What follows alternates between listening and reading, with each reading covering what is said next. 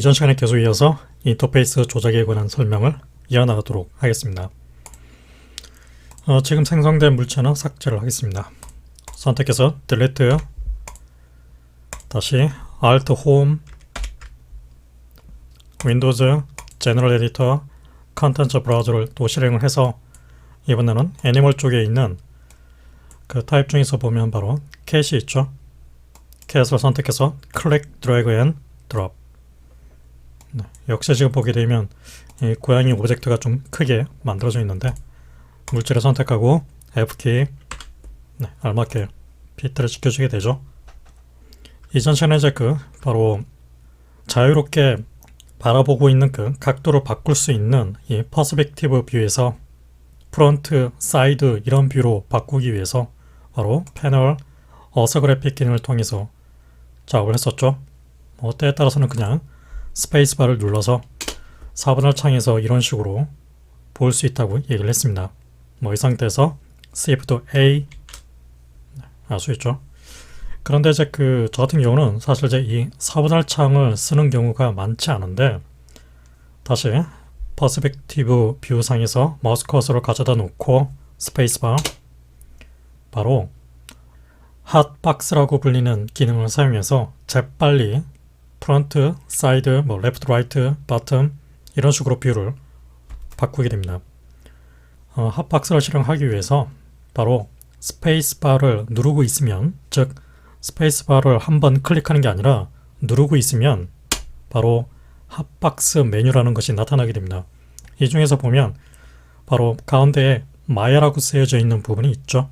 이 부분을 왼쪽 마우스 버튼을 클릭하고 있으면 바로 서브 메뉴가 나타나죠.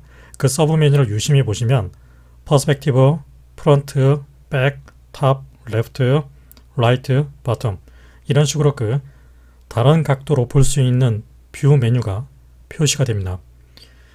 그래서 프론트 뷰를 선택을 하게 되면 어떻게 되죠? 바로 프론트 Z 바로 정면으로 바라본 뷰로 바뀌게 되죠. 같은 방식으로 스페이스바 누르고 있고 마야라는 글자 부분에서 클릭, 이번에는 퍼스펙티브, 그럼 다시 퍼스펙티브로 바뀌게 되죠. 다시 이번에는 탑, 그럼 이제 탑 뷰, 다시 라이트, 그럼 이제 사이드, 이번에는 레프트, 그럼 레프트 X 선택해서 F 알 수 있죠. 다시 이번에는 백, 그럼 이제 뒤쪽에서 바라본 뷰, 뒷면, 다시 이번에는 바텀, 그러면은 역시 바로 아래에서 위로 바라본 방향인 걸 알 수 있죠. 지금 상태에서는 이제 그리드 라인 때문에 물체가 잘 안 보일 수 있는데 얘기한 대로 그리드 기능을 꺼놓고 바라보면 되겠죠. 아무튼 이와 같이 바로 핫박스에 있는 이 마야라는 이제 가운데 있는 부분에 나타나는 이 뷰 서브 메뉴 기능을 통해서 보통 이제 이런 서브 메뉴를 마야에서는 마킹 메뉴라고 합니다. 마킹 메뉴 기능을 통해서 재빨리 다른 뷰로 스위치를 할 수 있다는 얘기죠. 그래서 이제 저 같은 경우는 이 각각의 이 뷰가 가지고 있는 위치를 기억을 해서 재빨리 클릭 드래그 하는 방식으로 스위치를 합니다. 예를 들어서 보게 되면 퍼스펙티브 뷰가 보게 되면 이제 아래에서 윗방향이죠. 그래서 바로 이런 식으로 굳이 이제 메뉴를 구체적으로 보지 않더라도 위치를 정확하게 기억하고 있으면은 재빨리 스위치를 할 수 있다는 얘기입니다. 퍼스펙티브 뷰로 바뀌었죠. 이번에는 이제 아래쪽이 프론트 뷰죠. 그래서 바로 프론트 뷰로 이동이 되죠. 그 다음에 이번에는 왼쪽이 바로 탑 뷰고 오른쪽이 라이트 뷰죠. 그래서 만약에 탑 뷰로 뷰를 바꾸고 싶다 그러면은 이런 식으로 재빨리 이동할 수 있죠. 다시 퍼스펙티브로 가기 위해서 위로, 프론트 뷰는 아래로 알 수 있죠. 퍼스펙티브, 탑, 라이트, 레프트, 바텀 이렇게 위치를 기억하고 있으면은 아주 쉽게 자신이 원하는 화면으로 바꿀 수 있다는 얘기입니다. 그래서 여러분들이 처음에는 이 부분이 좀 어색해서 잘 암기가 되지 않을 텐데 계속해서 반복하다 보면은 이제 이 위치가 어느 정도 암기가 될 겁니다. 그 다음부터는 아주 재빨리 다른 원하는 뷰로 쉽게 이동을 할 수 있습니다.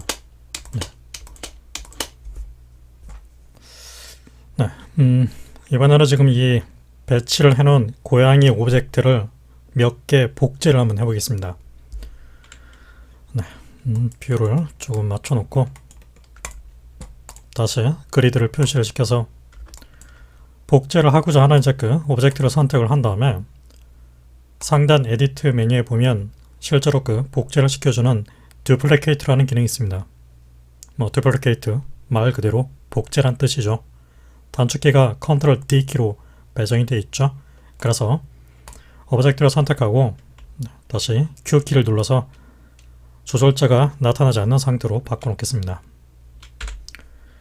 Ctrl D 키를 누르게 되면 복제가 됩니다. Ctrl D 그러면은 이제 복제가 되어 있는 상태인데 실제로 이제 그 복제가 되어 있는지 안 되어 있는지 잘 구분이 안 되죠. 그 이유는 복제하기 전 원본하고 복제가 된 이후에 4번 오브젝트가 똑같은 위치에 겹쳐져 있기 때문에 보이지 않는 겁니다. 그래서 이동 툴을 사용해서 다시 더블키 이동을 시켜보게 되면 바로 복제가 되어 있다는 걸 알 수 있죠. 복제된 그 물체의 이름을 유심히 보시면 원본의 오브젝트 이름은 이런 식으로 cat, cat이었는데 복제된 오브젝트는 지금 그냥 단순 cat으로 보이는 걸 알 수 있습니다. 같은 개념이 되겠죠. 다시 오브젝트를 선택해서 Ctrl D 복제된 대상이 이제 cat 1번으로 바뀌어 있죠. 위치를 이동시켜서 보게 되면 그대로 복제되어 있는 걸 알 수 있습니다. 이 상태에서 이제 이렇게 회전 툴을 사용해서 회전을 시키고 또 역시 하나 더 복제를 해서 Ctrl D 위치를 뒤로 이동시키고 스케일 툴을 사용해서 스케일을 좀 작게 배치를 해보죠. 역시 스케일을 살짝 작게 위치를 이동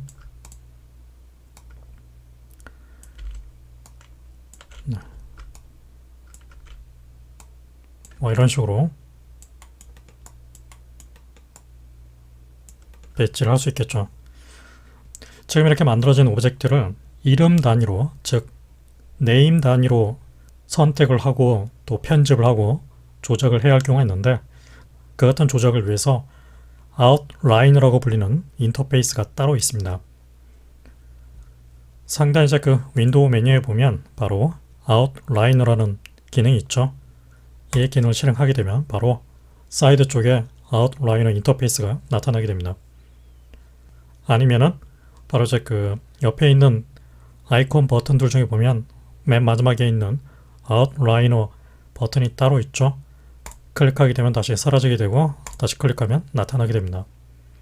아무튼 보게 되면은 지금 이제 이 리스트를 통해서 지금 이 장면에 만들어져 있는 오브젝트가 몇 개 있는지 그리고 어떤 이름을 갖고 있는지를 알 수 있는데 지금 보게 되면 이제 이렇게 각각의 그 목록마다 앞에 있는 그 아이콘 모양이 좀 다르게 표시되어 있죠. 지금 이렇게 그 사각형 그리드 형태로 모양이 만들어져 있는 대상은 폴리곤 오브젝트란 뜻입니다. 나중에 이제 그 폴리곤 오브젝트가 무엇을 뜻하는지를 따로 설명하도록 하고 일단은 지금과 같이 보게 되면 이제 그 오브젝트를 제가 이렇게 선택을 하게 되면 라인 형태로 이렇게 각져 있는 주로 이제 그 사각형 형태로 라인 형태가 표시되어 있죠. 이런 라인 형태를 와이어 프레임이라고 하는데 이와 같이 이제 그 삼각형 또는 사각형 형태로 어떤 면 단위가 이어지면서 형태가 구성되어 있는 그런 구조를 폴리곤이라고 합니다. 아무튼 지금 보게 되면 폴리곤 오브젝트가 하나, 둘, 셋, 넷이라는 걸 알 수 있죠. 중간에 보면 이제 그 카메라 모양의 이름이 보이죠? 바로 이것들은 바로 지금은 이제 시각적으로 숨겨져 있기 때문에 보이지 않는데 바로 뷰를 볼 때 사용하는 카메라들입니다. 지금 이제 그 원본 cat 오브젝트 이름을 선택을 해서 마우스 가운데 버튼으로 클릭 드래그를 하게 되면 이렇게 리스트가 배치되는 순서를 바꿀 수 있습니다. 지금 상태에서는 리스트의 순서를 바꾼다고 해서 어떤 기능적인 변화가 있는 건 아닙니다. 그냥 보기 편하게 순서를 그냥 바꾼 것에 불과합니다. 이 상태에서 지금 이 특정 오브젝트 이름을 선택하게 되면 그 오브젝트가 바로 select, 바로 선택이 되죠. 네. 더블 클릭을 하게 되면 이름을 바꿀 수 있는 상태로 바뀝니다. 그래서 bigcat이라고 입력하고 엔터. 그러면 자동적으로 이제 그 비어있는 공백 부분은 언더바로 바뀌는 걸 알 수 있죠. 이번에는 바로 cat2로 선택해서 더블 클릭. 이번에는 한글로 한번 입력을 해보죠. 작은 고양이라고 입력을 하고 엔터. 그러면 어떻게 되죠? 네, 밑에 보면 이제 그 붉은색 라인이 나타나면서 에러라고 나오죠. 네, 애석하게도 그 마야에서는 오브젝트의 이름을 한글로 바꿀 수가 없습니다. 현재 마야는 마야 내부적으로 계산이 되는 그 요소에 대해서 한글 형태로 지원하지 않기 때문에 여러분들이 뭔가 어떤 오브젝트를 만들든 어떤 특별한 3D 정보 단위를 생성을 할 때마다 영어와 숫자로 구성된 형태로 이름을 만들어 주셔야 됩니다. 다시 더블 클릭을 해서 이번에는 한글이 아닌 영어로 small cat이라고 바꿔보죠. 엔터. 그러면은 정확하게 바뀌죠. 다시 이 고양이 이름을 다시 이번에는 cat 1, 2, 3 엔터. 네. 숫자를 이제 붙여놓고 이름이 바뀌어지죠. 이번에는 이 고양이 이름은 이렇게 한번 해보죠. 네. 100cat이라고 바꿔보죠. 네. 어떻게 되죠? 역시 이것도 그 제한사항인데 오브젝트의 이름을 바꿀 때 숫자가 맨 앞에 올 수가 없습니다. 알파벳 뒤에는 숫자를 붙일 수가 있지만은 이름 맨 앞에는 숫자를 넣을 수가 없습니다. 또한 동시에 특수 문자를 입력할 수 없습니다. 예를 들어서 cat 1, 2, 3 해놓고 %로 입력했을 때 보게 되면 엔터. 그러면 이제 %가 입력이 안 되고 그 % 부분이 언더바로 바뀌는 걸 알 수 있죠. 입력할 수 있는 유일한 특수 문자는 언더바만 가능하고 나머지 특수 문자는 입력할 수가 없습니다. 다시 고양이 이름을 열어서 big cat, 나머지는 그냥 cat 1, cat 2, cat 3 바꿔놓죠. 이 상태에서 이제 그 지면에 해당되는 바닥 오브젝트를 하나 생성을 해보죠. create polygon primitive, 바로 플랜 오브젝트를 생성을 해줍니다. 플랜. 그러면은 이제 그 생성된 오브젝트를 보게 되면 F키, 그럼 이렇게 만들어져 있죠. 보게 되면 이제 그 다른 고양이에 비해서 크기가 좀 작게 만들어져 있죠. 그래서 스케일 툴을 사용해서 R키 가운데 있는 박스 모양을 선택해서 클릭 드래그, 그래서 충분히 스케일을 늘려주고 또 위치도 바꿔주도록 합니다. 네. 그럼 이제 지면에 있는 것처럼 만들어지게 되겠죠. 이 지면 오브젝트의 이름은 더블 클릭해서 그라운드라고 바꿔놓죠. 네. 이 상태에서 이제 그 각각의 물체가 가지고 있는 지금 색상을 보면 마야가 자동적으로 지정해준 색상으로 배치가 되어 있죠. 색상을 좀 다르게 한번 바꿔보겠습니다. 일단 이제 그 바닥 오브젝트를 선택을 한 다음에 바로 물체가 가지고 있는 어떤 색상과 질감을 바꾸기 위해서는 결국 새로운 머티리얼이라고 불리는 정보를 입력을 해줘야 됩니다. 어떤 물체가 가지고 있는 표면적인 색감, 질감, 광택, 반사, 굴절, 이렇게 시각적으로 보이는 그 겉으로 드러나는 시각적인 질감 정보를 담고 있는 그 단위를 바로 이 머티리얼이라고 합니다. 그 머티리얼을 이제 새롭게 정의를 해줘야 됩니다. 그러기 위해서 물체를 먼저 선택을 하고 새롭게 정의할 대상 오브젝트를 선택하고 키보드 상에 Shift T 키를 누르게 되면 Shift T, 그러면 이제 새로운 질감을 적용할 수 있는 Assign New Material 기능이 나타나게 됩니다. 네. 여기서 지금 보게 되면 그 많은 종류가 미리 준비가 되어 있는데 이 중에서 마야라고 쓰여져 있는 그 카테고리 중에서 바로 램버트라고 불리는 것을 적용을 해보겠습니다. 지금 보이고 있는 이제 그 리스트의 크기를 바꾸기 위해서 여기는 슬라이드를 사용하게 되면 좀 더 크게 볼 수 있죠. 아무튼 여기서 램버트를 선택을 해줍니다. 그러면은 램버트라고 불리는 새로운 질감이 하나 생성이 되고 자동적으로 제가 선택했던 그라운드 오브젝트하고 링크가 걸립니다. 즉 정보가 서로 연결이 된다는 얘기죠. 그리고 지금 보면 자동적으로 그 인터페이스에 애트리뷰트 에디터라고 불리는 인터페이스가 나타나는 걸 알 수 있죠. 이 중에서 보면 바로 맨 끝에 보면은 제가 방금 전에 생성했던 램버트가 보입니다. 선택을 해보면 그 질감이 가지고 있는 이제 구체적인 그 속성을 바꿀 수 있는 기능들이 좀 준비가 되어 있죠. 굉장히 많은 기능이 준비가 되어 있는데 여기서 딱 한 가지 바로 Common Material Attribute 중에 보면 컬러라고 되어 있는 부분이 있죠. 이 부분을 클릭하고 있으면 색상을 바꿀 수 있는 인터페이스가 나타납니다. 다시 클릭. 그래서 여기서 바깥쪽에 있는 이 휠을 돌려서 여러분들이 이제 원하는 색상을 먼저 선택을 해줍니다. 예를 들어서 약간 푸른 톤 쪽으로 각도를 맞춰놓고 가운데 있는 이 박스 부분에서 채도와 명도를 바꿔주시면 됩니다. 이제 그에 따라서 지금 보이고 있는 화면상에서도 색감이 바뀌는 걸 알 수 있죠. 만약에 여러분들이 이제 지금 제가 보여드리는 것처럼 나타나지 않는다면 아마도 여러분들이 지금 바라보고 있는 뷰가 쉐이딩 모드가 아닌 다른 뷰 상태로 놓여 있기 때문일 겁니다.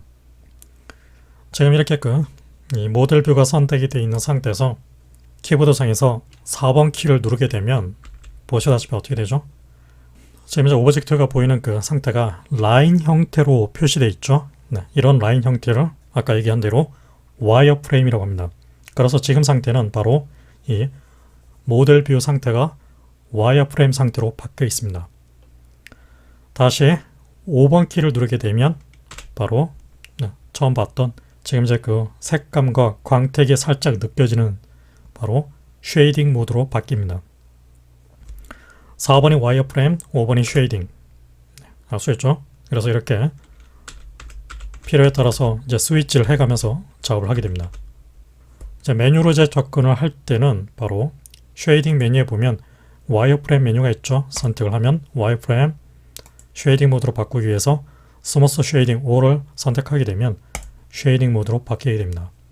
때에 따라서는 이제 그 모델뷰가 가지고 있는 버튼 중에 보면은 앞에 있는 바로 이 와이어프레임 버튼을 클릭하게 되면 와이어프레임 옆에 있는 스무스 쉐이딩 5를 클릭하게 되면 쉐이딩 모드로 바뀌게 되죠.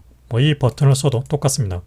하지만은 단축키가 뻔히 있으니까 단축키를 쓰는 게 낫겠죠. 4번, 5번, 4번, 5번. 아무튼 다시 오브젝트를 선택하고 램버트 쪽에 보이고 있는 이 색감을 다시 클릭해서 HSV로 되어 있는 부분에서 H가 바로 색상을 뜻하게 되고 S는 채도, V는 명도를 뜻합니다. Hue, Saturation, Value. 그래서 Saturation 부분에서 채도를 조금 약간 약하게 조정을 해놓겠습니다. 같은 방식으로 고양이 오브젝트를 선택해서 Shift T 또 새로운 질감을 어사인 할 수 있죠. 마야에서 이번에는 불린이라고 불리는 타입으로 선택을 해서 클릭. 그러면은 자동적으로 애트리뷰트 에디터가 나타나면서 불린이 바로 보이죠. 보이지 않는다면 예를 들어서 지금 이렇게 디폴트 상태인 이 인터페이스로 나타나는 경우에 보통 이제 이렇게 좌표 축을 바꾸는 그런 속성 리스트 뷰로 지금 보이는 상태를 흔히 채널 박스라고 하게 되는데, 채널 박스 상태에서 보게 되면은 현재 아까 만든 불린 재질의 속성 값을 바꿀 수가 없죠. 그래서 선택을 한 다음에 키보드 상에서 Ctrl A 키를 누르게 되면 바로 이렇게 다시 애트리뷰트 에디터라고 불리는 인터페이스로 바뀌게 됩니다. 그 중에서 이제 아까 생성을 했던 바로 불린이 보이죠? 맨 끝에 있는 탭을 클릭해서 컬러 부분에서 이렇게 원하는 색감을 선택을 해줍니다. 같은 방식으로 이 오브젝트를 선택해서 Shift T 마야 카테고리 중에서 불린 다시 이제 새로운 불린 2가 만들어지게 되고 컬러에서 이번에는 그린 계열로 살짝 적용을 해보죠. 이렇게 선택해서 Shift T, 블린,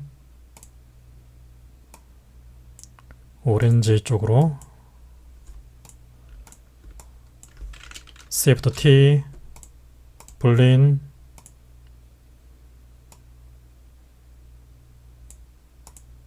이런 식으로 바꿔놨습니다. 네, 이번에는 이제 그 빛을 비추는 라이트를 한번 배치를 해보죠. 뭐 사실 제 지금 상태에서 굳이 라이트를 배치하지 않더라도 보시다시피 이제 그 화면이 어느 정도 밝기를 갖고 있는 상태로 만들어져 있죠. 일단 인터페이스에서 다시 찬업박스 쪽 탭으로 선택해서 되돌려 놓고 새로운 라이트를 생성을 해주기 위해서 바로 크리에이트 메뉴에 보면 라이트 카테고리가 있습니다. 그 중에 보면 이제 그 미리 준비되어 있는 여러 가지 라이트가 있죠. 이 중에서 보면 바로 포인트 라이트가 있습니다. 포인트 라이트를 이제 생성을 해서 그 이동 툴로 그 위치를 이제 바꿔서 배치를 해봅니다. 지금 상태에서는 이제 이 라이트가 만들어져 있다 하더라도 어떤 시각적인 빛의 효과는 잘 느껴지지 않죠. 이제 키보드 상에서 7번 키를 누르게 되면 바로 이렇게 라이팅 효과를 볼 수 있습니다. 이 상태에서 이제 라이트의 위치를 바꾸게 되면 이제 그에 따라서 빛이 비춰지는 그런 시각적인 느낌, 그런 방향성, 뭐 깊이 같은 것들이 이제 느껴지죠.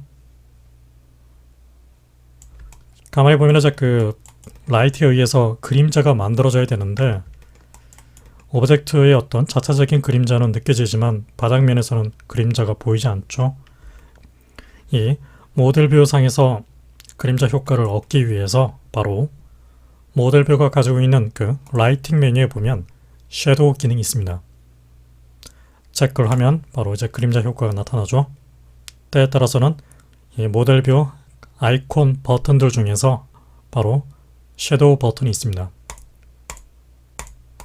온오프가 가능하죠.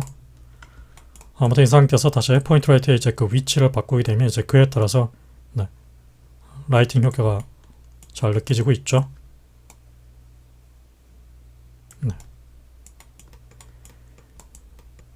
이번에는 이 포인트 라이트를 선택해서 삭제, 딜리트. 당연히 지금 이제 그 라이팅 모드 상태에서 라이트를 제거를 했기 때문에 이제 모든 시각적인 상태가 이제 까맣게 보일 겁니다. 다시 5번 키를 누르게 되면 쉐이딩 모드로 되돌아가게 되죠. 이번에는 라이트 타입 중에서 디렉셔널 라이트를 생성을 해보죠. 라이트가 좀 작아서 눈에 잘 안 보이는데 디렉션 라이트 스케일 툴을 사용해서 크기를 키워놓죠. 위치를 이동해서 보게 되면 이 디렉셔널 라이트 같은 경우는 이 삼각형이 가리키고 있는 방향이 바로 빛이 방출되는 쏴지는 방향이란 뜻입니다. 7번 키, 이 상태에서 회전 툴을 사용해서 빛 방향을 바꾸게 되면 이제 그에 따라서 라이팅 효과가 잘 느껴지죠.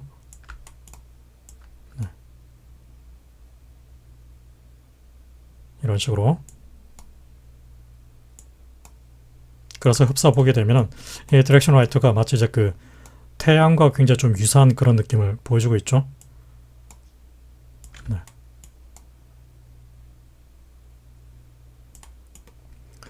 라이트가 가지고 있는 이제 그 빛의 밝기, 그것을 바꾸기 위해서 이 채널 박스 인터페이스에 보면은 바로 인터스트라고 되어 있는 부분이 보이죠? 바로 빛의 강도를 뜻하게 됩니다. 지금 이 값을 3이라고 입력하게 되면 그만큼 더욱더 밝게 표현이 되죠. 빛이 가지고 있는 그 색감을 바꾸기 위해서 위에 있는 그 컬러 RGB 값을 바꿔주면 되는데 예를 들어서 지금 컬러 G 부분을 제로로 해놓고 컬러 B도 제로를 하게 되면 보시다시피 컬러 R만 활성화돼서 빛의 색상이 레드로 바뀌어 있죠. 여기서 R은 레드, G는 그린, B는 블루를 뜻하게 됩니다. 뭐 이런 식으로 색상을 바꿀 수도 있긴 하지만은 직관성이 떨어지기 때문에 바로 라이트를 선택하고 키보드 상에서 컨트롤 A 그러면 Attribute 에디터라고 불리는 인터페이스가 나타난다고 얘기를 했습니다. 그 중에서 보면은 바로 여러 가지 탭 중에 보면은 이제 그 이름 중에 보면 Shape이라고 끝나는 그 항목이 있습니다. 그 부분을 선택을 해보면 바로 빛의 색상을 바꾸는 컬러 부분이 있죠. 클릭해서 원하는 그런 색감을 이렇게 선택을 해주시면 됩니다.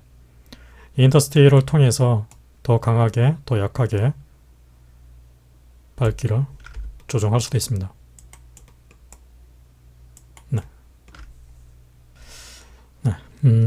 이번 시간에는 여기까지만 작업을 해놓죠. 일단 이제 그 마무리를 하기 전에 현재까지 그 작업이 되어 있는 상태를 저장을 해야 되겠죠. 지금 상단에 보면은 오토데스크 마야 2019 해놓고 뒤에 보면은 Untitled이라고 되어 있죠. 그 얘기는 씬을 만들어 놓고 장면을 만들어 놓고 한 번도 저장을 하지 않았다는 뜻입니다. 저장을 하기 위해서 바로 파일 메뉴에 보면 Save Scene이라는 기능이 있죠. 단축키가 Ctrl S키로 배정이 되어 있습니다. 또는 이제 그 상단 아이콘 버튼들 중에 보면 바로 여기는 이 디스크 모양의 Save Scene 버튼이 있습니다. 저는 이제 그 단축키로 사용해 주죠. Ctrl S 그럼 이제 Save as 인터페이스가 나타나게 되죠. 여기서 이제 여러분들이 원하는 어떤 특정한 경로를 선택을 해서 저장을 해 주시면 되는데 일단 나중에 제가 다시 설명을 하겠지만은 원칙적으로 이제 그 마야 같은 경우는 모든 그 작업된 정보의 내용은 마야 프로젝트라는 그 특별한 단위 안에서 제거가 되도록 되어 있습니다. 마야로 설치를 하게 되면 여러분들이 만들지 않더라도 자동적으로 하나의 디폴트 프로젝트가 미리 만들어지게 됩니다. 그 디폴트 프로젝트가 보게 되면 바로 옆에 있죠. 커런트 프로젝트에 보면 바로 디폴트가 이미 하나 만들어져 있는 상태입니다. 이 프로젝트가 어느 위치에 있냐면은 그 위치를 확인하기 위해서 다시 윈도우 탐색기를 띄워서 바로 다음같이 패스상에서 문서라고 입력을 해주고 바로 그러면 이제 그 내 PC의 문서로 그 위치로 이동을 하게 되겠죠. 그 중에서 보면 바로 마야가 있습니다. 마야를 설치를 하면은 이 폴더가 자동적으로 생성이 된다는 얘기죠. 그 하위에 보면 바로 프로젝트라는 폴더가 보이죠. 그 프로젝트 폴더에 보면 바로 디폴트 프로젝트가 있습니다. 바로 이 프로젝트가 바로 여기서 지금 보이고 있는 커런트 프로젝트에 있는 그 이름 구조하고 똑같다는 걸 알 수 있습니다. 바로 여기서 말하고 있는 프로젝트가 이 경로상에 존재하는 프로젝트를 뜻하게 됩니다. 그래서 마야에서 작업한 이 어떤 장면의 3D 정보 데이터는 일반적으로 Scene이라고 불리는 폴더 아래에 저장하게 됩니다. 이미 그 제가 앞서 단계에서 테스트로 만들었던 마야 Scene 파일들이 몇 개 보이고 있죠. 그래서 이 경로상에서 저장을 해주는데 그래서 이 디폴트 프로젝트에서 보면 Scene을 클릭하게 되면 바로 그 위치로 이동하게 되죠. 밑에 있는 그 파일 네임에서 여러분들이 원하는 이름을 입력을 해줍니다. 그래서 이름을 cat 브라더라고 지정을 해놓죠. 그리고 이제 그 파일 타입은 마야 바이너리 타입과 ASCII 타입 둘 중 하나로 선택할 수 있는데 일반적인 작업을 할 때는 마야 바이너리 타입을 사용하게 됩니다. 그래서 확장자가 mb라는 확장자를 가지게 됩니다. 앞으로 이제 여러분들이 어떤 파일 이름을 봤을 때 mb라는 확장자를 보게 되면 그것은 곧 마야 바이너리라는 그 파일로 생각을 하시면 됩니다. 그래서 catblood라고 이름을 지정해 놓고 마야 바이너리 선택 세이브를 합니다. save as 그러면 이제 상단에 보면 이제 그 파일이 저장되어 있는 경로와 함께 catblood.mb라는 파일 이름이 보이죠. 이제는 최소한 한 번은 파일이 생성이 되고 나서 저장이 됐다는 뜻입니다. 제대로 저장이 되어 있는지 한번 확인을 해봐야 되겠죠. 현재 그 작업된 씬을 파일 new 씬을 해서 닫도록 합니다. new scene. 그러면은 아무것도 없는 비어있는 씬이 하나 만들어지게 되겠죠. 이 상태에서 다시 저장했던 파일을 오픈을 하기 위해서 파일 오픈 씬 기능을 통해서 아까 저장했던 파일이 바로 catbrother.mb였죠.